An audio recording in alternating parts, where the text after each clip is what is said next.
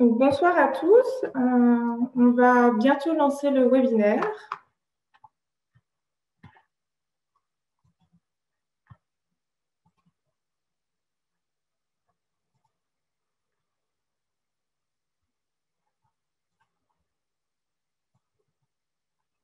Hop, encore quelques instants que tout le monde se connecte.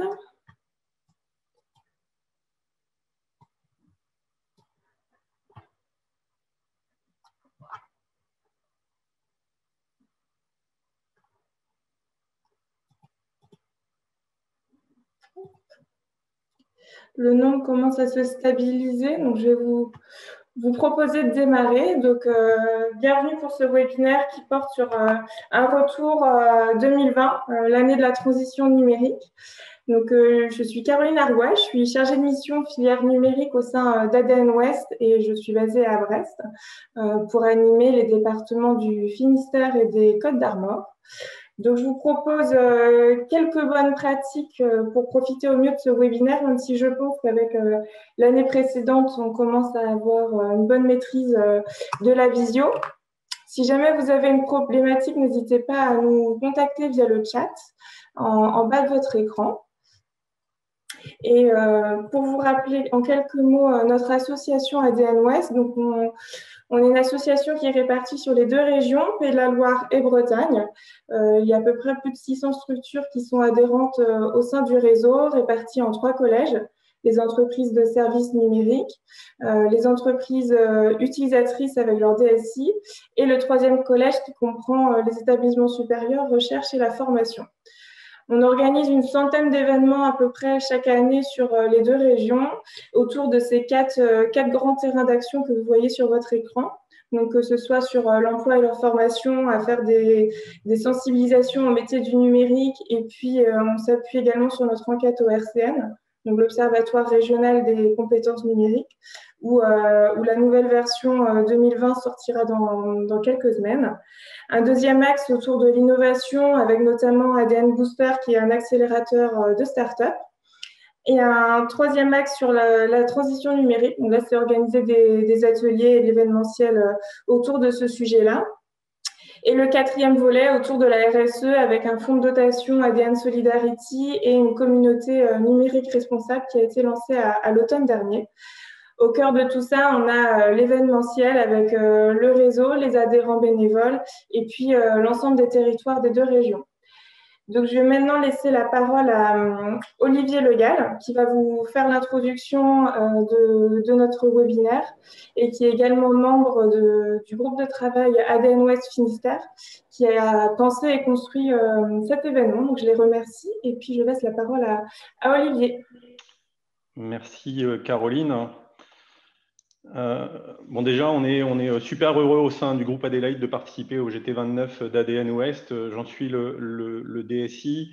Vous nous connaissez peut-être un peu mieux sous les marques Génération, Verling ou Coverlife. Et bon, on est aujourd'hui super content de participer à ce second événement et je serai accompagné pour cela par Jacques Kéroulin juste après, qui est notre RSSI. Bon, comme vous le savez et comme vous l'avez tous vécu, on a vécu une année 2020 vraiment particulière qui a été rythmée par cette gestion de la crise sanitaire que nous continuons à traverser malheureusement, et les entreprises que nous représentons aujourd'hui ont dû s'organiser, alors souvent autour d'une cellule de crise ou d'un dispositif particulier pour assurer la résilience et la survie de nos business face à ces événements. Évidemment, la préoccupation de tous a été de protéger les équipes et leurs familles et limiter au maximum la propagation du virus. Et malheureusement, cette année 2020 laissera parmi nous un impact économique majeur pour les entreprises et peut-être aussi pour les ménages. Voilà, donc bon, on va essayer quand même pour ce webinaire de regarder les choses du bon côté, d'essayer d'en tirer des leçons, et en particulier sur les sujets d'informatique et de PCA.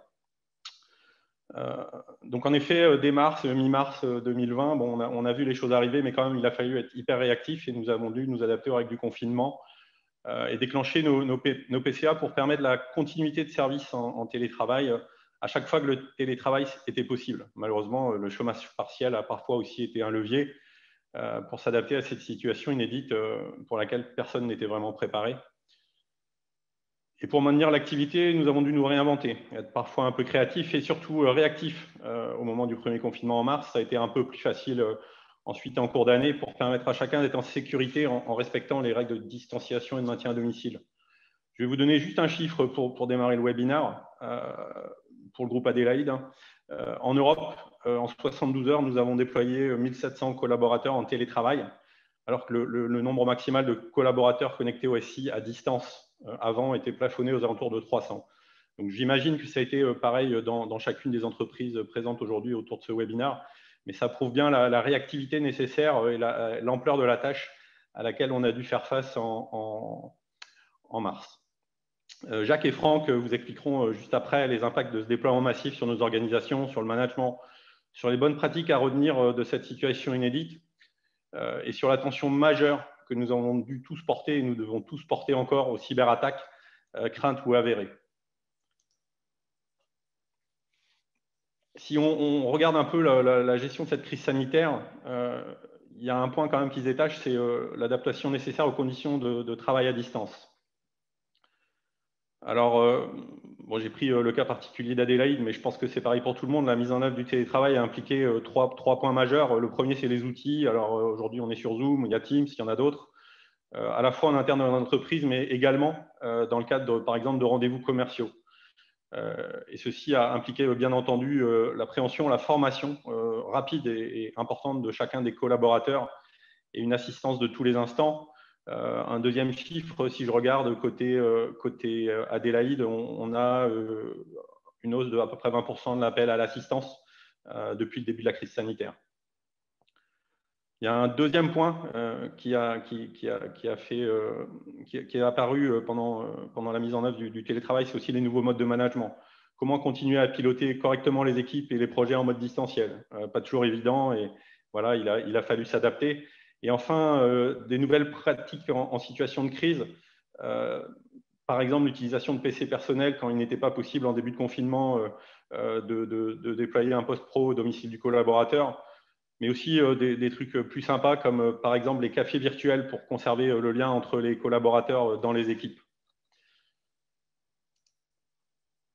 Ensuite, si on se recentre un peu sur les sujets IT, je ne sais pas si Jacques a dans sa présentation un graphique qu'il m'a montré l'autre jour, mais on voit bien qu'on doit faire face à une montée en puissance, une montée massive des cyberattaques dans le monde, mais également ici autour de nous. Cette crise aura vraiment permis de porter le message dans toutes les strates des entreprises que la sécurité, c'est l'affaire de tous. Et si on devait retirer un point particulier de cette crise sanitaire, c'est que pour porter le discours de la sécurité, la crise sanitaire nous a vraiment permis d'expliquer à tous les niveaux de l'entreprise que la sécurité, c'est vraiment l'affaire de tous. Et aussi à la pointe du Finistère, parce qu'on sait tous qu'à la pointe du Finistère, nous n'avons pas été épargnés par ce risque majeur. Voilà, donc une brève introduction. Je vais désormais passer la parole à Jacques, donc RSSI du groupe Adélaïde, qui va vous expliquer de quelle façon, dans le groupe, on s'est adapté tout au long de ces derniers mois et en particulier au sens du PCA.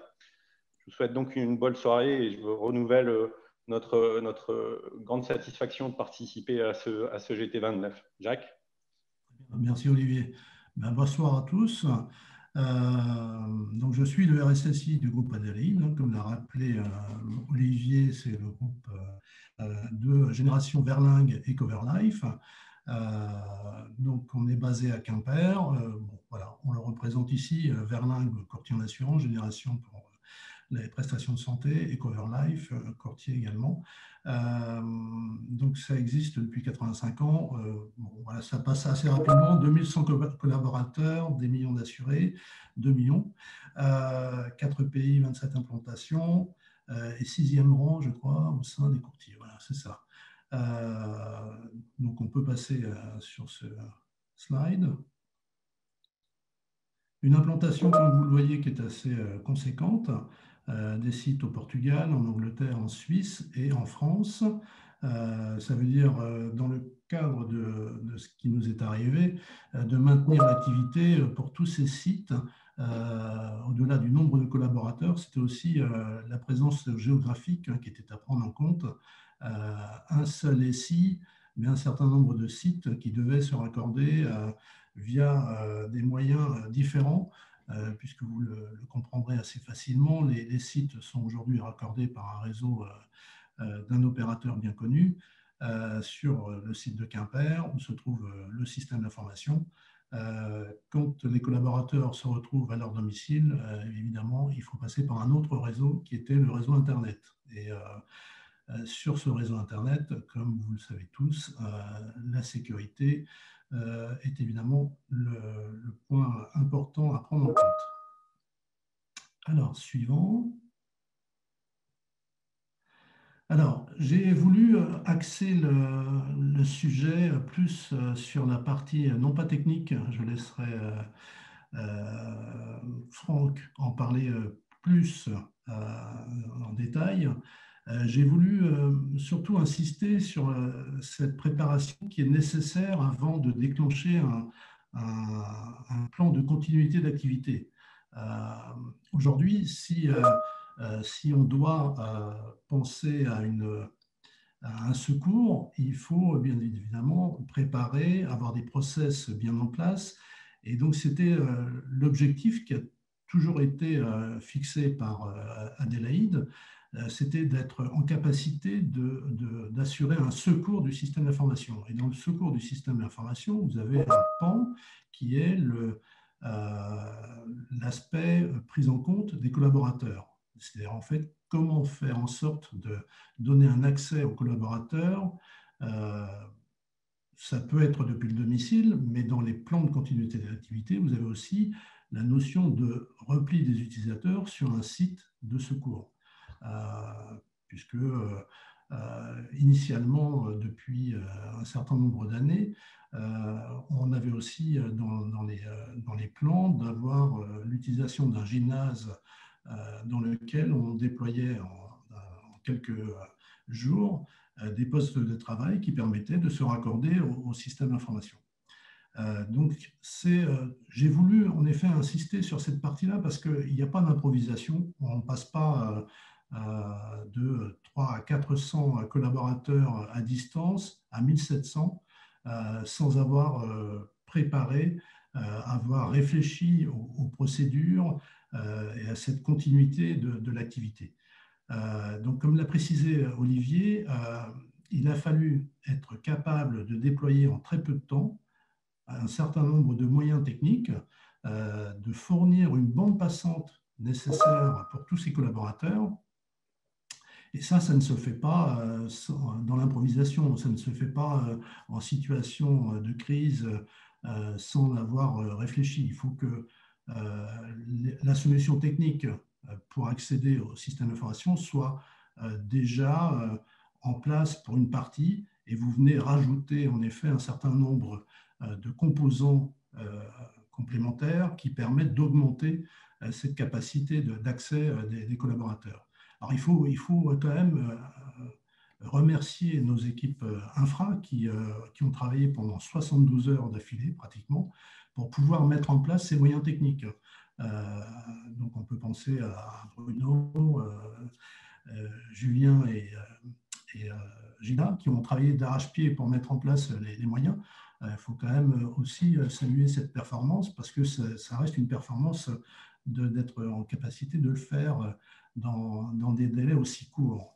Alors, quand on parle de ce déclenchement de la continuité d'activité, il faut être en capacité d'assurer cette continuité d'activité sur une longue période, puisque au début, on ne savait pas combien de temps exactement allait durer ce confinement. On a donné cet accès au début à un certain nombre de collaborateurs, et puis progressivement, on a augmenté. Et il a fallu aussi assurer de donner des moyens, je pense à des casques, par exemple, pour certains collaborateurs qui n'avaient pas forcément. Olivier a parlé de la possibilité d'accéder depuis son poste personnel, ce qui, en termes de sécurité, n'est pas forcément le mieux. Vous comprendrez que si l'on utilise un poste personnel, il faut que l'on s'assure qu'un antivirus est bien présent, que le poste est à jour, que les OS sont régulièrement mis à jour, que les patchs sont appliqués. Bon, voilà, il a fallu aussi adapter et positionner le curseur de sécurité au bon endroit pour être en mesure d'assurer cet accès.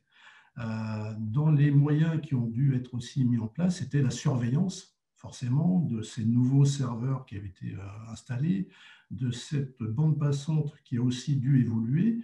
Et puis, il y avait le déploiement des outils collaboratifs de type Zoom, Teams, avec les sujets de sécurité de Zoom qui n'étaient pas forcément bien définis au départ. Ils ont renforcé la sécurité, ce qui a permis de l'utiliser un peu plus facilement. Mais bon, voilà. Ce qui est important, c'est en effet de penser qu'il faut une préparation et que ces process doivent être surtout rédigés. On ne s'improvise pas du jour au lendemain sur une gestion de crise. Donc, ce qu'il a fallu penser, c'est en effet gestion de crise, continuité d'activité, la continuité opérationnelle, la gestion de crise dont je parlais tout à l'heure, de prévoir une architecture. On avait la chance quand même aussi d'avoir déjà un certain nombre d'accès à distance et l'architecture technique nous permettait, moyennant quelques moyens complémentaires, c'est-à-dire des serveurs et une bande passante, comme je disais tout à l'heure, de venir donner l'accès à plus de collaborateurs. Cette solution elle avait déjà aussi été réfléchie pour son intérêt technique, dans la mesure où elle permettait d'avoir une bande passante plus réduite qu'une autre solution. C'est ce qui aujourd'hui est utilisé. On a un poste virtuel et sur lequel on se connecte pour avoir accès aux applications qui sont fournies par Verling. Alors, un petit rappel quand même important quand on veut prendre en compte un risque de pandémie, c'est dans le cadre du PCA, plan de continuité d'activité, les 3 pans, le PCO, plan de continuité opérationnelle, le plan de gestion de crise et le plan de repli des utilisateurs. Alors, je parlais tout à l'heure d'une salle, ça peut être une salle, mais en l'occurrence, pour répondre à cette pandémie, il n'y avait que la solution d'accès à distance et donc via Internet pour se connecter au système d'information. C'est-à-dire les utilisateurs restaient chez eux et il fallait leur donner les moyens d'accéder au système d'information. Alors, suivant. Alors, tout d'abord, le PCO. Alors, c'est quoi le PCO? C'est le plan de continuité opérationnelle. C'est-à-dire, vous devez définir, identifier quels sont les collaborateurs clés, comment vous devez assurer service par service dans le groupe les activités des différents métiers. Donc ça, c'est un travail d'inventaire, de travail avec toutes les équipes pour définir à chaque fois si je perds un certain nombre de collaborateurs qui ne peuvent pas travailler, comment je peux assurer mes fonctions dans le service. Et donc ce travail est important, nécessite du temps et forcément il ne peut pas se faire en improvisation. Il doit être préparé longtemps à l'avance. Alors on a eu en 2009 une première pandémie qui était liée à la grippe H1N1, qui avait, les entreprises devaient fournir un plan de continuité d'activité et avaient dû déjà travailler sur ce risque de pandémie et avaient préparé bien, en fait, tous les documents dont je parle aujourd'hui, un plan de continuité opérationnelle et puis un plan de gestion de crise, le repli des utilisateurs et puis évidemment on va réfléchir aussi à la notion de communication, puisqu'il faut pouvoir communiquer avec les collaborateurs. Donc, tout ça se prépare. C'est bien le discours que je veux marteler, c'est ça se réfléchit à l'avance. Il n'y a pas réellement d'improvisation, mais on reviendra un peu plus loin sur les différents items. Ce document que vous rédigez pour définir comment vous organisez vos activités en interne nécessite d'être revu régulièrement, puisqu'il y a des mouvements dans l'entreprise. Si vous le rédigez pour une première pandémie, vous avez peut-être une autre qui peut arriver. Bon, là, c'est arrivé en 2009, en 2020, en 2019 plus exactement. Donc, 2020, pardon. Eh bien, en fait, il faut être en capacité de revoir régulièrement ce document pour le mettre à jour. C'est un document qui vit et qui nécessite un travail de fond assez régulier pour le maintenir en état et qu'il soit surtout opérationnel, puisque c'est quand même le but de ce document. Suivant. Alors, dans les mesures nécessaires, eh bien, forcément, si on veut maintenir une activité à distance, il y a des aspects aussi organisation entre services. Vous avez des services qui peuvent être répartis, c'est notre cas dans le groupe, entre différentes agences. Eh bien, vous allez devoir aussi organiser parfois de l'entraide. C'est-à-dire Quimper peut prendre le relais de Paris et vice-versa.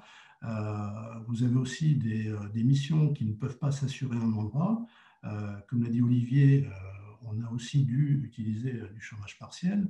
Eh bien, ça veut dire que certaines activités devaient être déportées sur un autre site et voir, dans ce cas, en effet, comment cette continuité opérationnelle pouvait s'organiser. Ça veut dire quand même aussi beaucoup de communication nécessaire pour être capable d'ajuster les missions, voir comment on répartit assez finement. Il y a eu aussi un recours à une modification du temps de travail, c'est-à-dire en fonction du nombre de ressources que vous aviez dans votre continuité opérationnelle, d'être parfois obligé de demander un peu plus à certaines personnes des équipes, puisque si vous deviez assurer ne serait-ce que 50% de l'activité et qu'il vous fallait tant de personnes, eh bien, si vous n'avez pas ce nombre de personnes, bien forcément, vous êtes obligé de demander à certaines personnes d'en faire un peu plus. Voilà. Donc, des heures supplémentaires. Il y a eu un volume horaire aussi contractuel à augmenter. Et puis, c'est aussi le recours à une réduction des RTT, des congés payés. Voilà, ça fait partie de l'optimisation nécessaire, de la répartition. C'est-à-dire, en fait, il faut être assez agile pour faire une évolution de cette continuité. Et forcément, on en arrive à la cellule de crise qui suit tout ça. Alors, on va le voir un peu plus loin. Suivant. Alors, dans les mesures complémentaires également, on a parlé de, forcément, il y a une diminution d'effectifs présents. On en a plus à distance. Il faut être capable aussi d'articuler, comme l'a dit Olivier, les réunions. Alors, il y a forcément au tout début une utilisation de Teams ou de Zoom qui était plus compliquée pour les collaborateurs. Et puis, au fil de l'eau, voilà, les réunions se sont mises en place plus facilement, une acceptation des outils de collaboration. Voilà. Donc, ça a aussi permis de réduire ce risque. Dans les aspects continuité d'activité, il faut aussi prévoir une indisponibilité de certains managers, c'est-à-dire que vous faites du relais auprès d'autres managers ou bien de personnes dans l'équipe en capacité d'assurer cette fonction. Et puis, vous devez aussi prendre un certain nombre d'autres éléments, comme par exemple la défaillance d'un fournisseur. Vous avez une panne sur un composant, votre fournisseur n'est pas en mesure de réagir tout de suite, eh bien, il faut avoir prévu un plan B. Et ce plan B, eh bien, il faut aussi y penser dans la mesure du possible. On ne peut pas penser à tout, on ne va pas trouver toutes les solutions, mais dans la mesure du possible, essayer de réfléchir à différents cas de figure qui pourraient se poser. La dégradation, vous pouvez avoir des coupures électriques, des pannes de télécommunications également. Ça veut dire qu'il faut de la redondance le plus possible. Ça peut être avec un opérateur, avec deux opérateurs. Ça fait aussi partie des éléments à prendre en compte. Alors, réunions physiques, forcément, elles étaient limitées, sauf pour les cellules de crise dont on va parler. Alors, on y arrive. Comment se gère une crise? Il y a déjà deux cellules de crise à mettre en place. La première, c'est la décisionnelle, c'est en fait le comité exécutif qui va prendre les décisions en fonction des éléments qui lui sont donnés par la cellule opérationnelle. Alors, la cellule opérationnelle est sur les aspects techniques et puis support, puisqu'il faut assurer quand même beaucoup de support. Et ils vont remonter ces éléments à la cellule décisionnelle qui, elle, qui fera le choix, qui validera, par exemple, l'achat de composants, d'augmentation d'un lien télécom, de fourniture de postes de travail des collaborateurs, de communication auprès des collaborateurs. C'est elle aussi qui va se charger de la communication entre les différentes cellules. Et puis, comme je disais, en fait, il faut aussi que les collaborateurs à distance puissent avoir les bonnes informations et sachent en effet réagir en fonction de ce qu'il leur est demandé. Donc, c'est un rôle essentiel, au même titre que le PCO, plan de continuité opérationnelle, ce plan de gestion de crise, et bien se prévoir, c'est pas d'improvisation non plus. Suivant. Le PRU, je l'ai un peu évoqué tout à l'heure, le plan de repli des utilisateurs. Dans un plan de continuité d'activité, comme je le disais, vous avez une salle qui peut servir de repli aux utilisateurs. Encore faut-il qu'ils puissent se rendre dans cette salle. Si vous avez un risque de type pandémie, comme on a pu l'avoir, le repli des utilisateurs, c'est à la maison, et puis pas d'autre solution. Alors, il faut prévoir ce repli des utilisateurs. En l'occurrence, télétravail. Comme on l'a dit, c'était un certain nombre de collaborateurs qui pouvaient déjà se connecter à distance au système d'information. Il faut progressivement, vous ne pouvez pas mettre en place tout de suite les 1700, il faut un certain temps pour déployer les moyens. On l'a dit, en 72 heures, les moyens ont été mis en œuvre et après, il faut organiser l'accès pour tous ces collaborateurs. Les activités critiques, dans notre cas, ont pu être maintenues. C'était un beau challenge parce qu'en fait, le travail avait été fait en amont. On avait le recensement des moyens nécessaires. Tout ça avait été réfléchi avec les cellules opérationnelles et décisionnelles. On savait quels moyens il fallait mettre en œuvre. Voilà. Après, c'est un déclenchement qui se fait rapidement pour déclencher l'accès à distance. Voilà. Donc, suivant. Alors, voilà. On peut se poser la question, comment on a pu en si peu de temps maintenir l'activité globale? Tout simplement parce que voilà, c'était un travail qui avait déjà été effectué précédemment, que ces process sont bien rodés au sein du groupe, ils sont régulièrement revus, ils font l'objet d'audits, on vient vérifier aussi que les connexions sont toujours possibles, ça fait partie des tests, ce qu'on appelle couramment les maintiens en conditions opérationnelles, et ça fait partie des tests qui sont réalisés pour s'assurer qu'on a un plan de secours qui est opérationnel et qui est efficace. Les documents, c'est quand même aussi très important de pouvoir les revoir régulièrement de par les mises à jour nécessaires et puis de communiquer aussi en interne sur ces process pour que les managers ne soient pas surpris ou les responsables d'équipe. Voilà comment je fais, mes collaborateurs sont à distance, comment je m'organise. Tout ça, aujourd'hui, est détaillé et c'est ce moyen-là, en fait, qui nous permet d'assurer la connexion de tous. Alors, ce qui est important aussi, c'est il faut, dans le cadre du plan de secours, avoir de la redondance. Aujourd'hui, on est sur 2 data centers sur Quimper. Ça nous permettait aussi d'éviter certains problèmes d'énergie. J'en ai parlé un petit peu avant.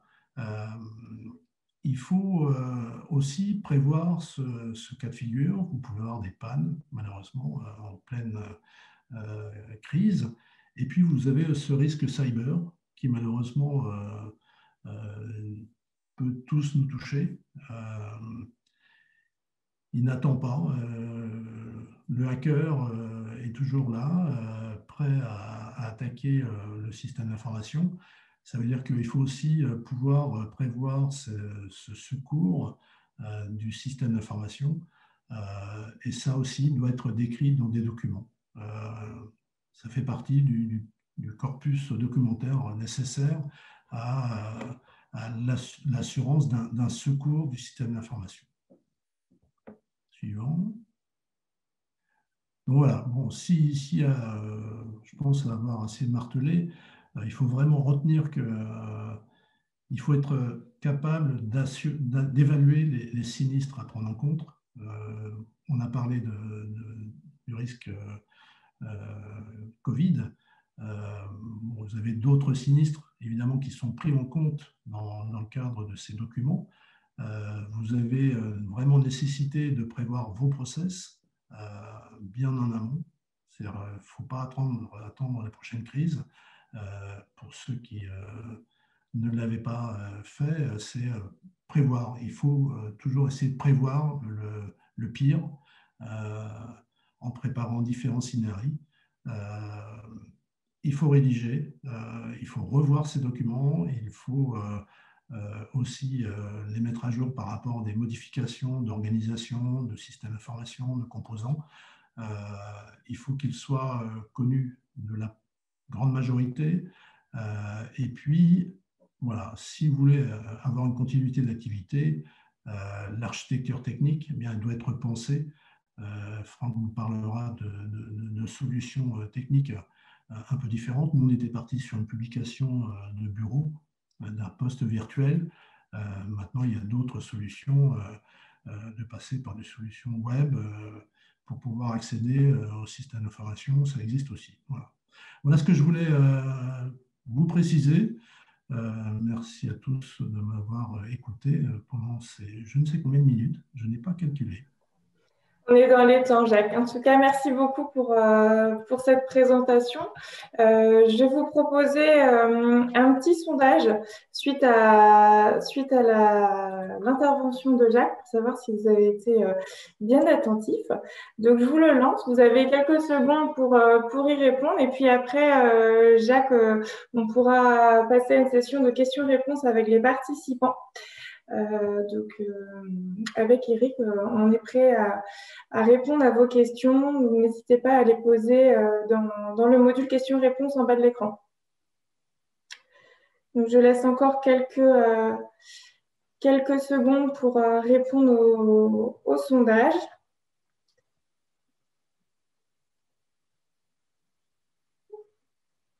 Puis après, nous pourrons voir les résultats.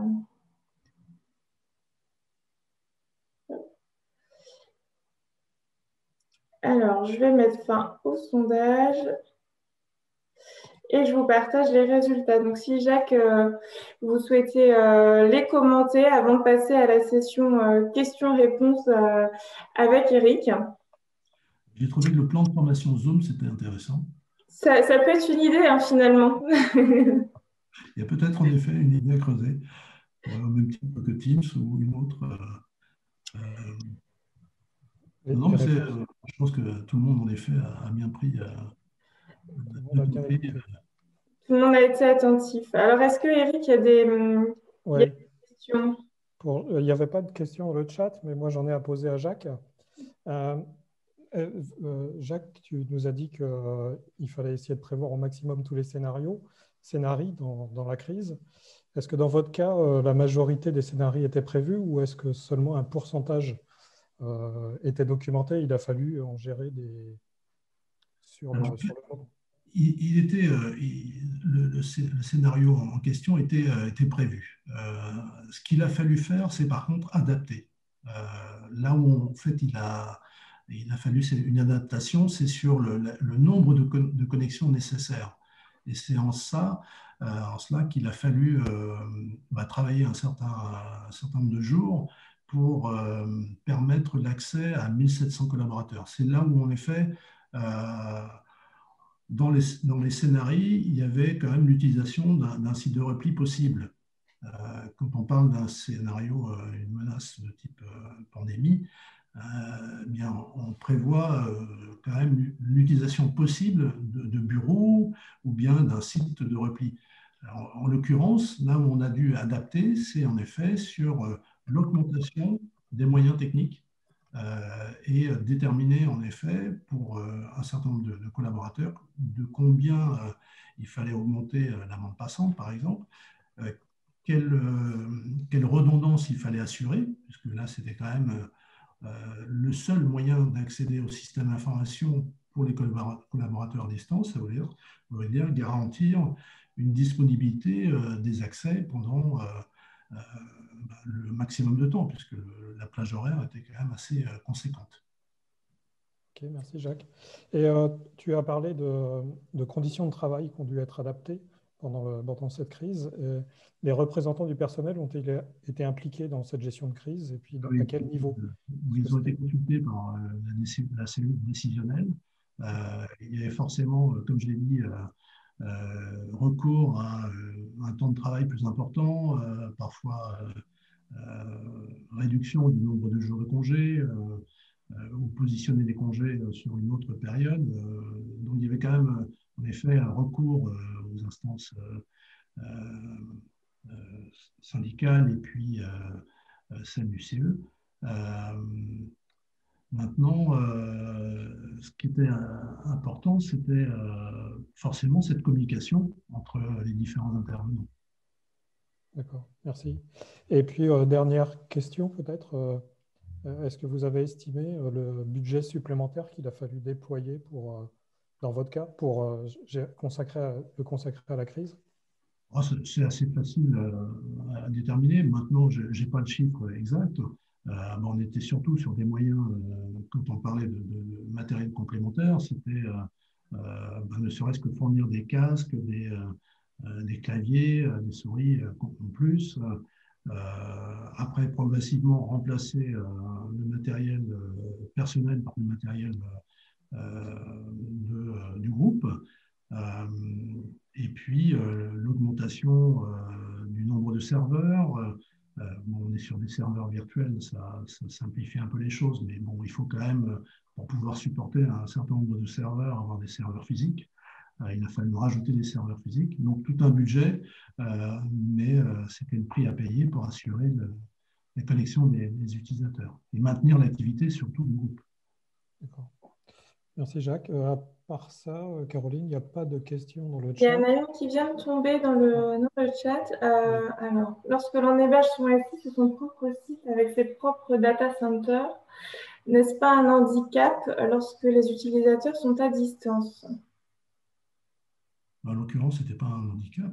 Ça nous a permis de maintenir l'activité pour les collaborateurs parce que la solution de connexion à distance existait. C'est surtout ça qui est important à prendre en compte.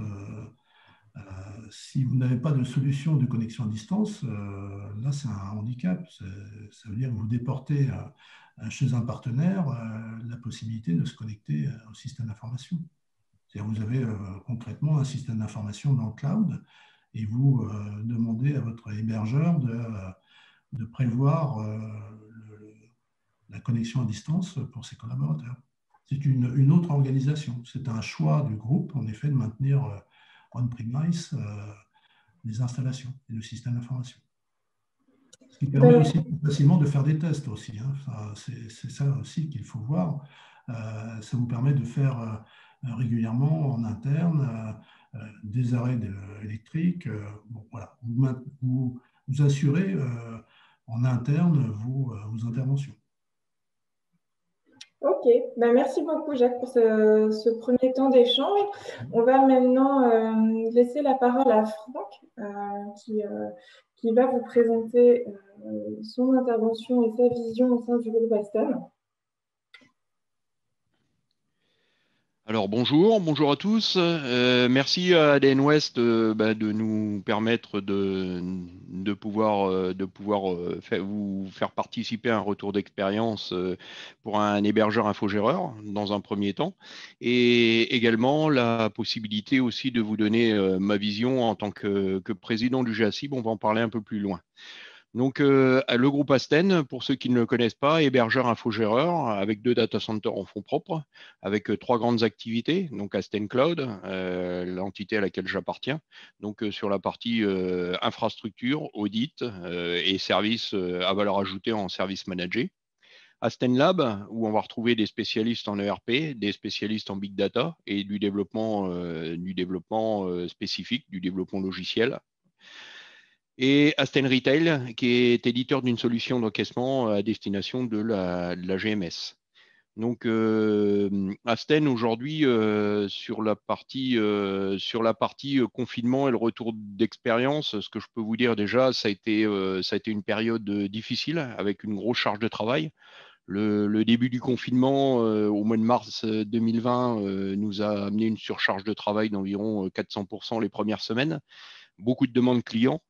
Alors, le fait que Casten ait une casquette opérateur, il nous y a aussi beaucoup aidé, parce que recrudescence de demandes de bande passante de nos clients. Quand on utilise un système d'information sur le LAN et qu'on passe en remote, ça veut dire beaucoup d'accès via l'Internet. Et effectivement, beaucoup d'entreprises n'avaient pas forcément les bons tuyaux pour faire passer les informations et mettre tout le monde en télétravail. En plus, dans la sécurisation des environnements de nos clients, on avait déjà anticipé en mettant en place un portail d'accès, basé sur des technologies Citrix, NetScaler, pour ceux qui connaissent, qui nous a permis de centraliser les accès et de sécuriser les accès de nos clients. Ça, c'est un point bénéfique. On a quand même déployé en parallèle également du client VPN, parce que certains clients l'ont souhaité. Et qu'il a fallu faire face rapidement à ce marasme qui nous est tombé dessus et cette demande grandissante. Voilà. Donc effectivement, je suis directeur technique du groupe Asten avec des compétences d'architecte cloud et SI data center. Je suis également président du GACIB, le groupement des acteurs de cybersécurité. On y verra un petit peu plus loin. Slide suivant. Voilà. Donc le GACIB en quelques mots. Alors le GACIB, c'est une initiative qui a été menée conjointement par la CCI MBO, l'Agence nationale des sécurités de systèmes d'information, l'ANSSI, et Captronic. Cette jolie association, elle est composée de plein de prestataires informatiques et également d'un avocat spécialiste en multimédia, en système d'information. Son aide a été très très précieuse dans l'élaboration de cette association. La genèse de ça, l'idée, c'était de réunir des prestataires, de monter un groupe de travail exploratoire et de regarder comment on pouvait permettre d'élever le niveau des prestataires, le niveau sécuritaire des prestataires, de façon à ce que les prestataires soient les relais d'une agence comme l'ANSSI, mais pas que, auprès des clients et des prospects pour les accompagner dans une élévation du niveau de sécurité. L'objectif, c'était de proposer une méthode à réduire les risques numériques des prestataires et de leurs clients. Et c'était vraiment pas de faire de l'ISO 27001, c'était pas du tout le but, mais c'était de sensibiliser les prestataires, quelle que soit la taille du prestataire, de pouvoir vraiment intégrer dans leur process et dans leur communication et dans leur dialogue à destination des clients, des bonnes pratiques en termes de sécurité. Donc, c'est ce groupe de travail qui a donné naissance à une association.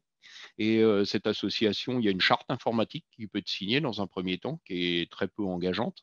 Et au travers de ça, on est en train d'évoluer sur une prochaine version qui va être la mise en place d'un label. Donc, au travers de ça, j'ouvre très grand la porte. Cette association, elle n'a pas le but à rester finistérienne, mais à s'étendre. Et tous les acteurs qui voudront rejoindre cette belle association sont les bienvenus. Slide suivant. Alors, j'ai voulu cette présentation en vous faisant un petit peu un état de la menace et puis une certaine forme d'hygiène qu'on peut mettre en place en termes de cybersécurité. Donc, les menaces, aujourd'hui, à quoi avons-nous affaire? On les distingue en fait en 3 grandes catégories. La cybercriminalité, bon, ça, c'est celle qui est la plus répandue et celle qu'on connaît le plus. C'est celle qui a des buts purement lucratifs. L'espionnage, on l'ignore souvent plus parce que c'est plus vicieux. On s'en rend pas forcément toujours très très compte. Là, on va parler de l'exfiltration de données. On va parler dans l'espionnage de récupérer des informations, des annuaires, des organigrammes, des conditions générales de vente. Ça se décline sous plein de formes différentes. Et puis le risque militaire étatique, donc là, c'est nos amis de l'ANSSI qui vont beaucoup s'y attacher, avec des entreprises qui vont être intégrées directement à la loi de programmation militaire. Et là, il y a des vrais enjeux nationaux. La prise de contrôle par des pirates d'une centrale nucléaire, un scénario qui est possible. C'est des scénarios qui ont déjà été envisagés par les hautes instances de l'État, avec l'ANSSI, avec les pôles de cyberdéfense. Et c'est des risques très, très avérés et qui peuvent s'avérer très, très compliqués. Et au travers de ça, la possibilité aussi d'avoir des grands groupes français qui pourraient potentiellement, pourquoi pas, disparaître. Donc là, il y a des enjeux directs et des enjeux indirects avec le tissu économique et la disparition de potentiellement gros employeurs. Donc, c'est pour ça qu'aujourd'hui, l'ANSSI et l'État inscrit beaucoup de grands comptes du CAC 40 dans la loi de programmation militaire en les obligeant à se mettre compliance par rapport à des règles édictées par ces institutions. Alors l'année 2020, en quelques chiffres, le confinement, la mise en place massive du télétravail, ça a augmenté le surface d'exposition au risque. Certains ont essayé de le faire avec les moyens qu'ils avaient. D'autres sont appuyés sur des partenaires et des prestataires. Et on s'est aperçu que l'ouverture en urgence des systèmes d'information pour bon nombre d'entreprises ont posé beaucoup de problèmes. Beaucoup de problèmes sur l'aspect cybersécurité. Ouvrir, c'est bien, mais contrôler les accès, c'est pas forcément toujours très très simple. Et les entreprises n'y étaient pas prêtes et certains dans cette urgence ont fait face ont augmenté considérablement leur surface d'exposition au risque. Mais 2020, c'était quoi? C'était 2287 signalements, 759 incidents, donc 6 incidents majeurs qui ont nécessité des grosses investigations, 20 opérations de cyberdéfense. Donc là, on va parler d'engagement de moyens. Engagement de moyens, c'est-à-dire des gens comme l'ANSSI, mais pas que, des pôles de cyberdéfense, comme celui basé à Rennes. Les cyberattaques ont été multipliées par 4 par rapport à 2019. Donc, ces chiffres peuvent faire peur, mais je dirais qu'on est à peu près au début. On voit une constante depuis quelques années, tous les ans, ça augmente de manière exponentielle. L'avènement et la télémédecine, on en parlait en préambule avec les gens d'Aden West, la télémédecine, effectivement, font que ça augmente encore les surfaces d'exposition au risque. Aujourd'hui, ce n'est pas une fatalité, il faut s'en prémunir. Il y a des actions qui sont possibles et des prestataires qui peuvent vous y accompagner. Voilà. Suivant. Donc là, je vous ai mis un petit slide avec les impacts d'une cyberattaque pour l'entreprise.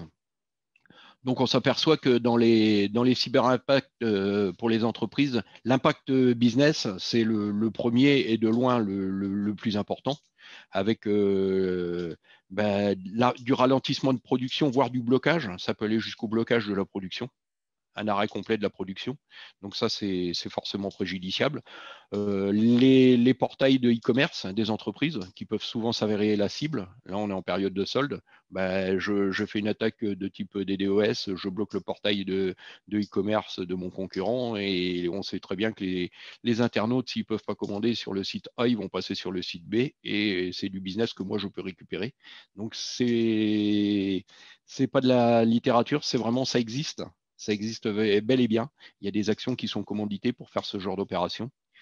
Du retard dans la livraison, la perte de chiffre d'affaires, l'arrêt des protections d'un système. Un système peut être mis à mal. On peut passer sur on peut craquer des firewalls, on peut faire plein de choses en utilisant des failles de sécurité et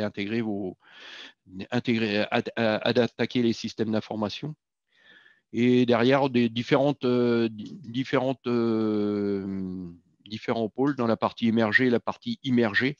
La perte de propriété intellectuelle, j'en citais quelques-uns, l'augmentation des coûts de la dette, bon, ça c'est plutôt pour les États, des primes d'assurance pour les entreprises, ça c'est loin d'être négligeable, mais également la sécurisation des postes incidents, les relations publiques, l'image de marque d'une entreprise, c'est par rapport à des fournisseurs, par rapport à un groupe qui travaillerait par exemple en tant que fournisseur d'un groupe de la défense, il pourrait très bien se retrouver déréférencé suite à une cyberattaque.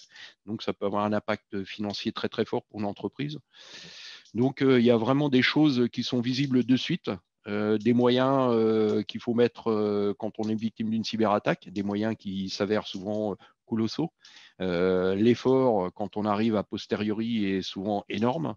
Les moyens engagés sont également énormes, alors que si on avait fait du travail, comme l'a dit Jacques préalablement, en amont, c'est-à-dire qu'on avait bien borné, qu'on avait fait des plans de reprise d'activité ou des plans de continuité d'activité, on aurait pu s'en prémunir et avoir les procédures qui nous auraient permis d'être beaucoup plus réactifs et d'être moins dans le phénomène de l'urgence. Là, j'ai voulu vous faire partager quelques règles pour télétravailler en toute sécurité. Donc, moi, je recommanderais en tant que professionnel l'utilisation du matériel professionnel uniquement. Je vous en conjure, n'ouvrez pas, ne mettez pas du matériel personnel de vos collaborateurs, même si c'est des gens dignes de toute confiance, à utiliser pour pouvoir accéder au système d'information des entreprises. Ça, c'est vraiment fortement, fortement, fortement déconseillé. On intègre sur un système d'information d'une entreprise que du matériel sur lequel on a le contrôle. Ça, j'insiste lourdement dessus. Pourquoi? C'est pas que vos collaborateurs ils soient mal intentionnés, mais les enfants, ils jouent sur les jeux, ils jouent sur l'ordinateur, il peut y avoir des jeux, il peut y avoir plein de choses. Et derrière, c'est autant de failles de sécurité qui vont arriver. Un antivirus qui est à jour, qui n'est pas à jour, on utilise des options gratuites, de logiciels open source, que ce soit dans les protections antivirus ou des choses qui ne sont pas vraiment des outils professionnels. Et on augmente la surface d'exposition au risque. Donc attention vraiment à ça. Instaurer une politique de gestion des mots de passe et une gestion des mots de passe avec un remplacement et un changement des mots de passe réguliers, avec une politique qui va déterminer une longueur de mots de passe, une complexité des mots de passe. Fini Toto 1, 2, 3, on oublie. Ça aujourd'hui, des mots de passe, vous l'avez tous vu dans les articles au travers des réseaux, des réseaux sociaux d'entreprise. C'est tellement simple de craquer un mot de passe. Je prends la première lettre du prénom, la première lettre du nom, je mets un 2, 3 ou je mets le nom des enfants, le nom du chien. C'est trop facile. Voilà. Donc, attention à la politique de gestion des mots de passe. On retrouve encore beaucoup trop d'entreprises où il y a des mots de passe qui sont malheureusement très simples et qui n'ont pas été changés depuis la nuit des temps. Sensibiliser et informer les collaborateurs aux règles d'usage de l'informatique. Ben, c'est comme tout. Aujourd'hui, vous mettez un technicien sur une machine-outil, vous lui expliquez qu'il y a des règles de sécurité, il faut fermer le capot. Tant que le capot n'est pas fermé, la machine elle ne se met pas en route parce qu'il y a des protections et c'est pour le protéger lui. Eh bien, l'informatique, c'est pareil, c'est un outil au même titre qu'une machine-outil. Il y a des règles d'usage. Trop souvent, on rencontre dans les entreprises des gens qui aujourd'hui n'ont pas été formés ou pas été suffisamment accompagnés. Je trouve une clé USB par terre, ben, qu'est-ce que je fais? Je rentre au bureau, je la mets sur le port USB, je regarde ce qu'il y a sur la clé USB. Ah, ben, tant pis, il y avait quelque chose de pas bon, et ben, je le propage et je me retrouve avec un crypto-locker qui est en train de crypter tout mon serveur de fichiers. Donc, il faut vraiment qu'il y ait tout un aspect pédagogique à destination des utilisateurs et des usagers de l'outil informatique. Mettre en place un dispositif d'authentification forte pour accéder au système d'information. Alors ça, c'est ce qu'on appelle vulgairement le MFA, le multifactor authentification. C'est quelque chose qu'on préconise fortement Pourquoi? Parce que ça va encore renforcer un niveau de sécurité, même si ce n'est pas parfait, que ça peut encore être bypassé, mais ça permet au moins de ralentir et de freiner. Le but, de toute façon, une attaque, une cyberattaque, ne faut pas minimiser. Les gens qu'on a en face de nous, ce sont des professionnels. C'est des gens qui sont aussi bons et aussi formés que nous pouvons l'être, voire peut-être même plus dans certains cas. Et ces gens-là, aujourd'hui, s'ils ont décidé de pénétrer un système d'information, potentiellement, ils y arriveront. C'est pas de dire quand ils vont y arriver, c'est d'avoir suffisamment d'informations et de vecteurs pour pouvoir être informés de la menace et pouvoir interagir avant que le mal soit fait. Surtout dans le cadre, par exemple, de quelqu'un qui voudrait pénétrer un système d'information pour exfiltrer des données. Mettre en œuvre une politique de sécurisation des environnements de travail. Là, on va parler de l'environnement bureautique. Il y a des solutions qui existent. Alors, bien sûr, dans les entreprises, des fois, ça peut s'avérer onéreux. Vous avez des hébergeurs comme Asten qui vous proposent des solutions de type VDI pour Virtual Desktop Infrastructure qui permettent de virtualiser du poste de travail, qui permettent de dématérialiser le poste de travail et de permettre vos collaborateurs de travailler, que ce soit en présentiel ou en distanciel, dans un environnement sécurisé, puisque c'est vous qui le fournissez. Donc ça, il y a des solutions qui existent. Il y a plein de gens qui proposent ce genre de solutions. C'est une vraie alternative. Prendre du bureau en mode virtualisé est une vraie alternative justement à la mise en place rapide du télétravail, puisque c'est très très simple et facile à déployer. Informer et accompagner les utilisateurs, donc ça c'est un processus, comme je l'ai dit préalablement, mais également les informer et les accompagner, c'est-à-dire les accompagner par un instant T. On peut parler de charte informatique dans les entreprises qu'on adjoint au livret d'accueil du collaborateur, mais on doit continuer à les accompagner tout au long de leur vie dans l'entreprise. Suivant. Alors, accompagner les équipes de développement. Alors ça, c'est de plus en plus, on le voit. Nous, on forme aujourd'hui, on nous demande des prestations pour accompagner les développeurs. Là, je vais parler de la sécurité by design. Parce qu'aujourd'hui, effectivement, l'ouverture des systèmes d'information sur l'extérieur peut, dans certains cas, poser bon nombre de problèmes. Une des premières problématiques à laquelle il faut s'attaquer, c'est les gens, souvent dans les entreprises, les équipes, les études qui développent des logiciels, et ils n'ont pas été suffisamment formés à la sécurité by design. Qu'est-ce qu'il faut faire? Quelles sont les hygiènes quand je développe? Bien sûr que l'objectif final, c'est de développer une application et que cette application soit fonctionnelle. Certes, néanmoins, il y a quand même beaucoup de bonnes pratiques à mettre en œuvre et surtout beaucoup de pièges à éviter. Et les gens qui font de la cyberdéfense, les hackers éthiques, comme on a chez Asten, aujourd'hui, ils expliquent aux développeurs quelles sont les méthodes d'attaque, qu'est-ce qu'ils utilisent, comment ils font de l'injection de code sur une base SQL, comment ils arrivent à extraire des informations pour savoir sur quel type de plateforme on est, quelle base de données il y a en dessous. Et au travers de ça, c'est autant de failles de sécurité qu'ils vont pouvoir utiliser pour attaquer vos plateformes. Donc, le sécurité by design est aussi quelque chose qui se développe de plus en plus. Et aujourd'hui, vous avez de plus en plus d'écoles qui commencent à sensibiliser les jeunes développeurs à justement ces sécurités by design. On intervient régulièrement dans les écoles pour sensibiliser les développeurs à cette sécurité. Faire contrôler et auditer régulièrement mon SI par des professionnels, bah oui, parce que en fait, un système d'information, c'est quelque chose de vivant, ça bouge, ça évolue. Et on intègre des nouveaux logiciels, des nouveaux progiciels, et au travers de ça, comme l'impose par exemple des contraintes dans l'ISO 27001, on doit faire auditer et contrôler régulièrement pour qu'on puisse mesurer la surface d'exposition au risque du système d'information de l'entreprise. C'est important parce que l'acquisition et l'intégration de nouveaux services ou de nouveaux progiciels dans l'entreprise, c'est autant de facteurs de risque qu'on intègre dans l'entreprise si on n'a pas pris toutes les précautions d'usage. Donc, un petit audit régulier sur certains points, pas un audit complet intégral du système d'information, mais c'est des choses qui sont très très intéressantes à mettre en œuvre et qui permettent de très très vite au niveau d'une direction de voir les efforts qu'il faut faire pour se mettre en conformité et essayer d'être le plus sécure possible. Sécuriser l'administration aux plateformes de mon SI, oui. Aujourd'hui, on voit beaucoup trop sur les serveurs de mots de passe administrateurs qui se promènent et puis les mots de passe d'admin local des serveurs, bah, ça va être tellement facile que sur tous les serveurs, on va mettre tous les mêmes mots de passe partout. Comme ça, on n'est pas embêté et puis c'est bien. Le problème, c'est que si ce mot de passe-là, il se fait craquer, et ben, du serveur A, on accède à tous les serveurs de l'entreprise. Et ça peut avoir des répercussions catastrophiques.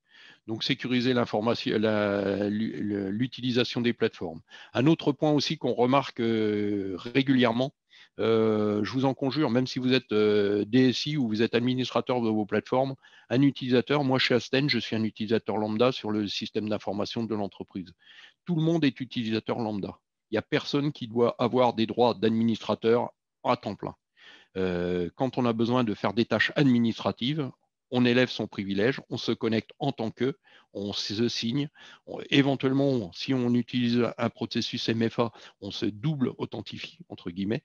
Et au travers de ça, on fait la tâche. Une fois que cette tâche est terminée, qu'on a fini l'opération qu'on devait faire, on redevient simple utilisateur.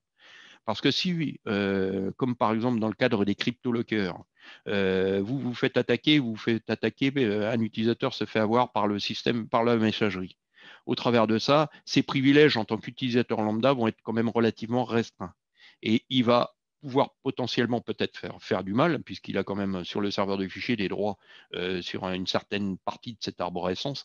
Néanmoins, au travers de ça, vous n'allez pas pirater, enfin, vous n'allez pas crypter l'intégralité de votre système de fichiers. Les ACL vont les bloquer. Donc, il n'y aura pas le droit d'écrire ou de faire des opérations sur tel et tel environnement. Donc, tous les utilisateurs d'une entreprise ne doivent être des utilisateurs lambda. Voilà. Les privilèges administratifs doivent être uniquement utilisés à bon escient, c'est-à-dire quand il y en a besoin pour faire des tâches et des actions prédéfinies. Définir et mettre en œuvre une stratégie de sauvegarde. Bah, ça, c'est le B.A.-ba. C'est le B.A.-ba, tout le monde le sait, tout le monde le fait. Et quand je dis des sauvegardes, de vraies sauvegardes. Soit des sauvegardes externalisées, soit des sauvegardes sur bande sorties dans l'entreprise, mais pas des sauvegardes en ligne. Un NAS, ce n'est pas une sauvegarde. Je l'ai déjà dit. Bien sûr qu'on peut faire un repository pour mettre des sauvegardes en ligne sur un NAS. J'ai l'exemple d'une entreprise qui s'est fait avoir par des pirates. Ils ont tout cassé. Ils sont rentrés. Il y avait un mot de passe commun sur les serveurs au niveau administrateur. Ils ont réussi à capter ce mot de passe. Ils ont rebondi des serveurs. Ils sont arrivés sur le serveur de sauvegarde et ils ont détruit les sauvegardes. Et l'entreprise s'est retrouvée sans rien. Et pourtant, il y avait de la sauvegarde répartie dans 2 coins. Ils avaient bien fait ça. Ils avaient mis 2 NAS. Et ils répercutaient les sauvegardes sur 2 NAS différents. Le problème, c'est que les pirates, quand ils sont arrivés, ils sont rentrés sur le serveur de sauvegarde. Ils ont effacé les sauvegardes. Voilà. Et en plus, ils avaient fait la cerise sur le gâteau, ils avaient utilisé une petite API parce que c'était tellement bien. Et puis le constructeur leur avait dit, utilisez l'API parce qu'avec la sauvegarde, vous allez voir, vous allez piloter les snapshots DB, ça va être génial. C'était tellement génial que les pirates, quand ils ont compris qu'ils pilotaient les snapshots DB, ils ont juste supprimé les snapshots DB. On n'a même pas pu retourner en arrière.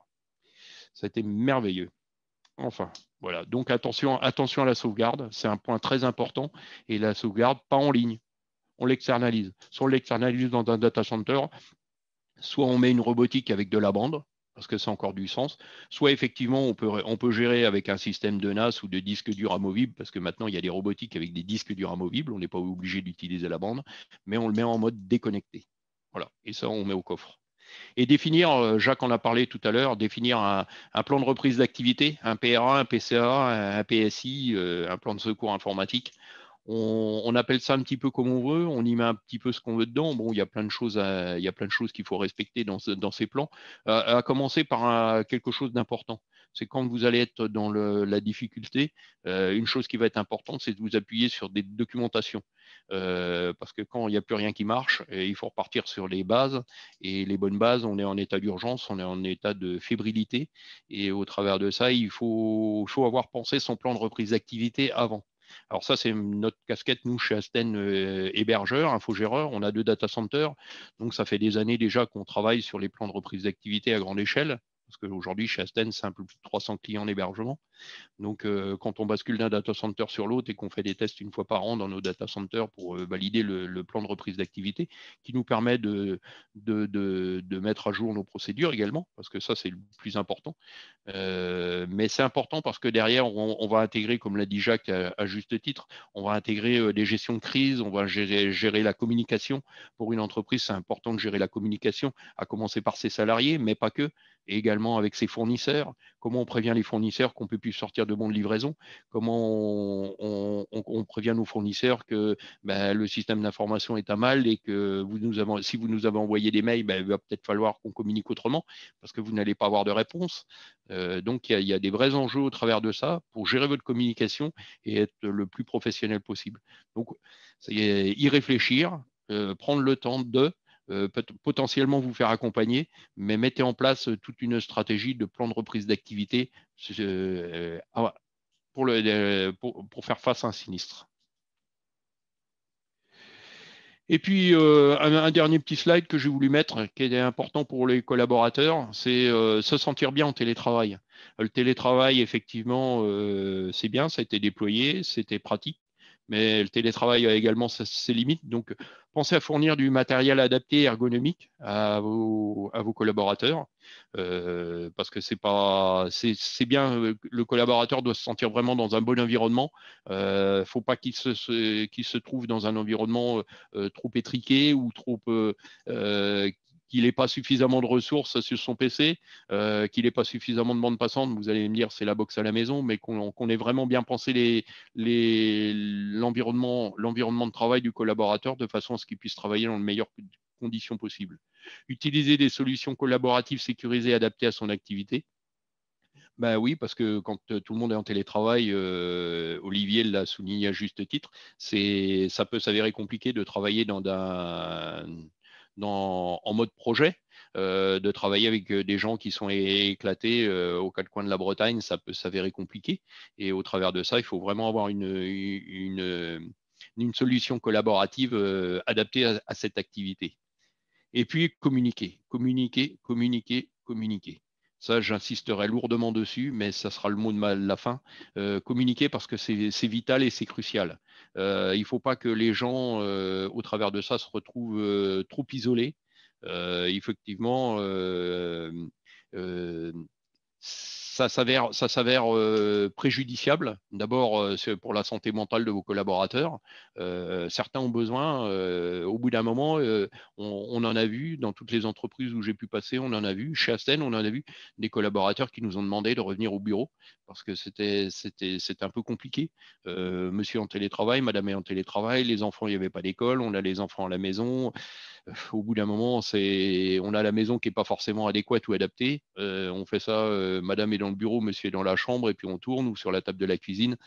Ça peut s'avérer compliqué. Et soyez vigilants quand vous êtes dans des postes de direction avec destination de vos collaborateurs. Sachez détecter des signes de fébrilité ou de faiblesse et mettez tout de suite un processus d'accompagnement de vos collaborateurs et communiquer et échanger, même si c'est pour un petit café virtuel, comme l'a dit Olivier tout à l'heure, mais il faut mettre en place une certaine connexion. Il ne faut pas que les gens restent tout seuls dans leur coin. Et ça, c'est vraiment très, très, très important. Voilà, je vous remercie de votre attention.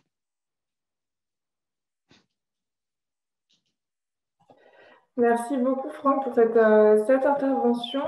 Donc, comme tout à l'heure, on va vous proposer un petit sondage sur l'intervention qui vient d'avoir lieu. Hop, alors,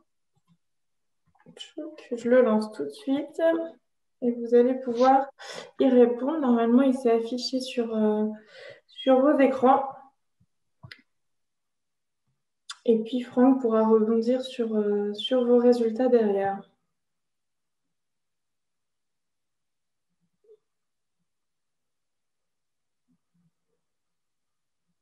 Donc, comme tout à l'heure, 2 questions.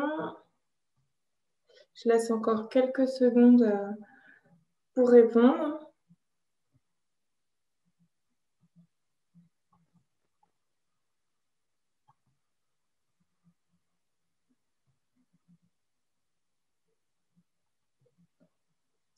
Hop, tout le monde commence à avoir participé. Je vais mettre fin au sondage et puis on va pouvoir regarder les résultats. Tchouk. Et puis Franck peut peut-être commenter ça, ce qui permet de faire un zoom sur ce qui a été dit tout à l'heure. Donc sur notamment qu'est-ce qui permet de travailler en toute sécurité. Donc personne n'a mis de faire ma visio du week-end avec mes copains, étonnamment. Et puis parmi les propositions, laquelle sont des menaces cyber ne plus avoir de pets. Il y a quand même des gens qui ont mis ça. Hein. Ça fait référence au premier confinement. Franck, est-ce que vous souhaitez compléter ces propositions? Non? Non. Eric, est-ce qu'il y a des questions sur Oui, Franck, il y a l'intervention? une question qui est posée par Jean-Jacques. La cyberattaque qui a impacté Microsoft via SolarWinds, est-ce qu'elle nous concerne? Elle concerne surtout les US, mais est-ce qu'elle nous concerne aussi en Europe? Difficile à dire. Difficile à dire pour la bonne et simple raison, c'est que souvent, quand c'est souvent le cas, dans les grosses entreprises américaines, quand ils sont victimes de cyberattaques, il y a effectivement, dans un premier temps, effectivement, on ne le sait pas tout de suite, à un instant T, il y a toujours une certaine forme de nébuleuse. Pourquoi? Parce qu'il y a des impacts économiques très forts pour les entreprises américaines et au travers de ça, souvent ils gèrent très très bien leur communication et il y a toujours une certaine nébuleuse au travers de leurs réponses. Est-ce que nous, en Europe, on peut être impacté? On peut pas l'exclure. On peut pas l'exclure, effectivement. Voilà. Après, il faudrait vraiment avoir accès au dossier de manière technique très très pertinente et très pointue pour pouvoir effectivement l'écarter ou pas d'ailleurs. Mais néanmoins, au travers de ça, une attaque de cette ampleur-là, c'est une attaque qui a été faite par tout un commando de gens professionnels.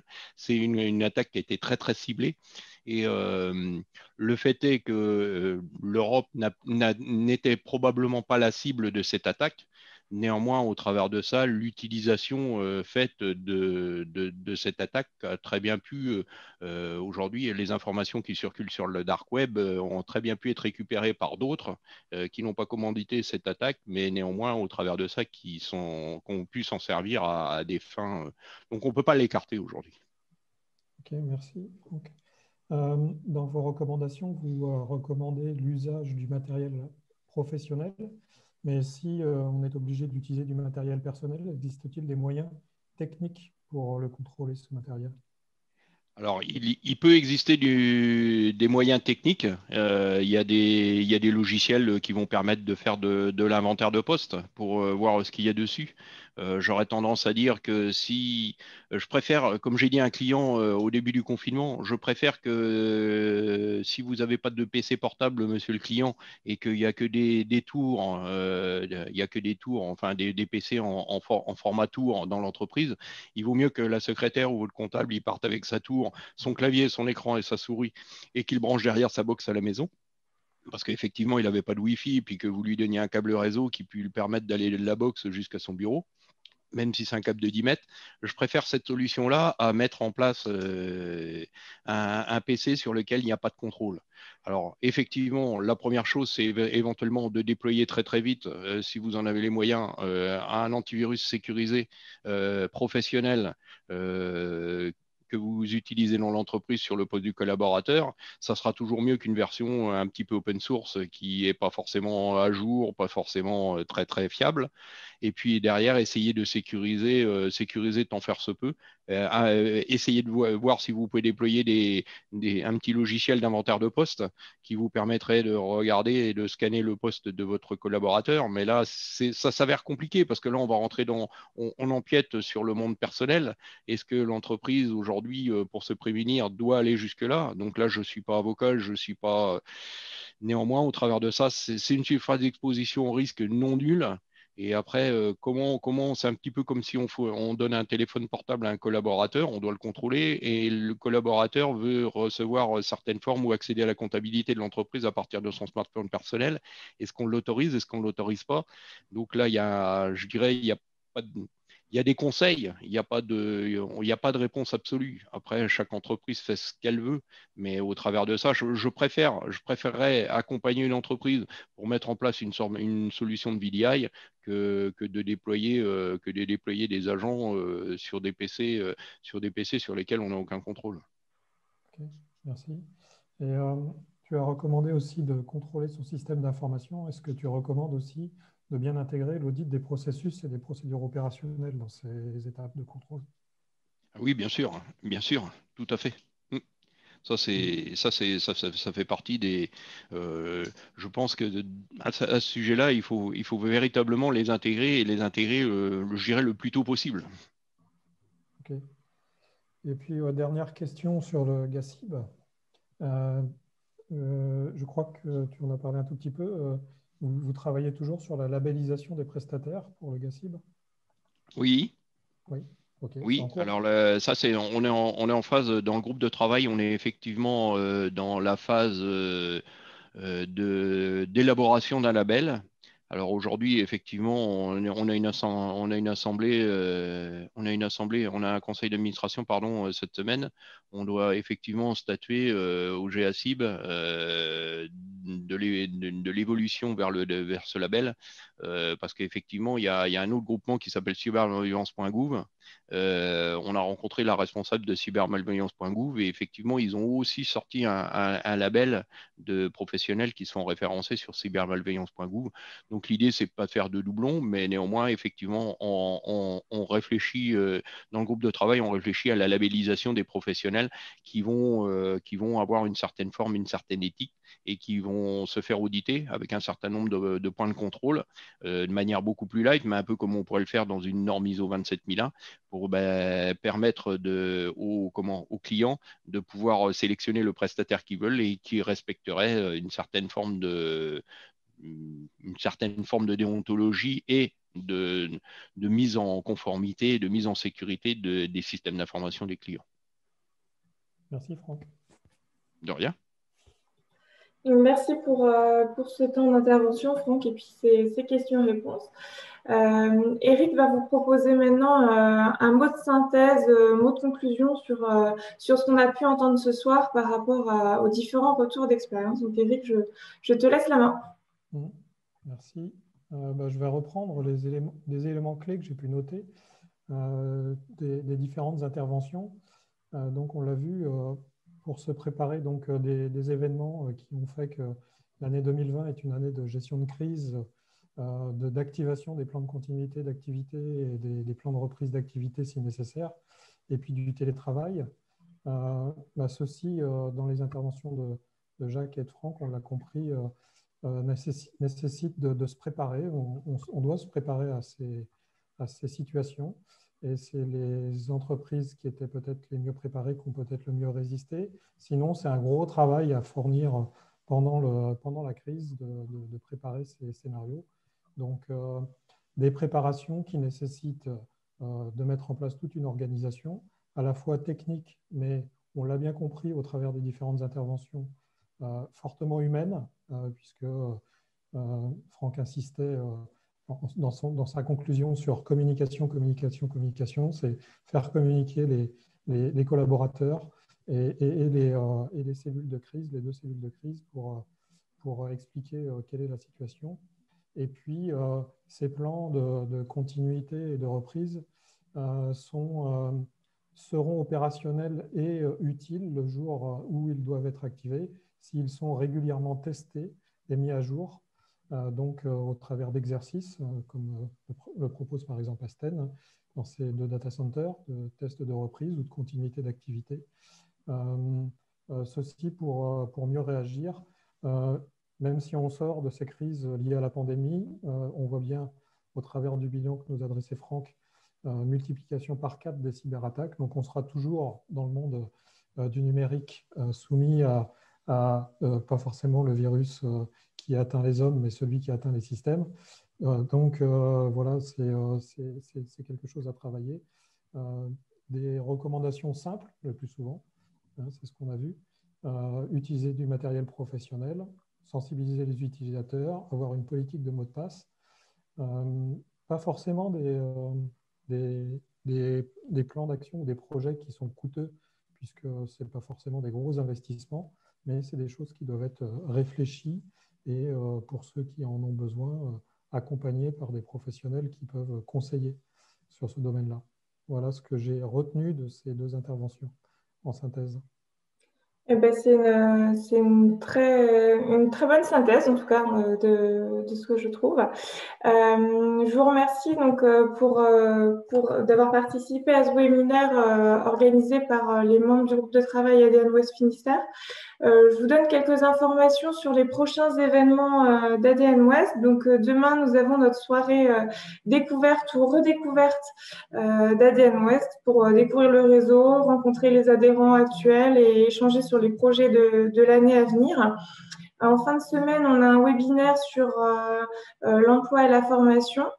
Le 2 février, un webinaire sur l'utilisation des outils au sein des communautés thématiques d'ADN Ouest. Et puis également, début février, des after-work autour de la communauté cybersécurité. Il y en a d'autres également à venir, à suivre en février et mars sur les autres communautés thématiques d'ADN Ouest. Une pause apéro éthique et data qui vous est proposée le 11 février en visio. Et puis le 17 février, un after work pour le pôle territorial Vendée. Donc si vous souhaitez échanger avec des personnes de Vendée, c'est l'occasion. Et pour ce webinaire, nous vous remercions de prendre quelques instants sur Klaxon pour répondre à une question qui nous permettra d'améliorer nos prochains événements. Donc, vous avez le code qui s'affiche ici et que je vous ai également mis dans le chat. Donc, un pseudo vous sera demandé pour répondre à la question. Je vous souhaite à tous une très belle soirée et puis j'espère avec les adhérents ADN 29 vous retrouver très bientôt. Merci beaucoup. Au revoir.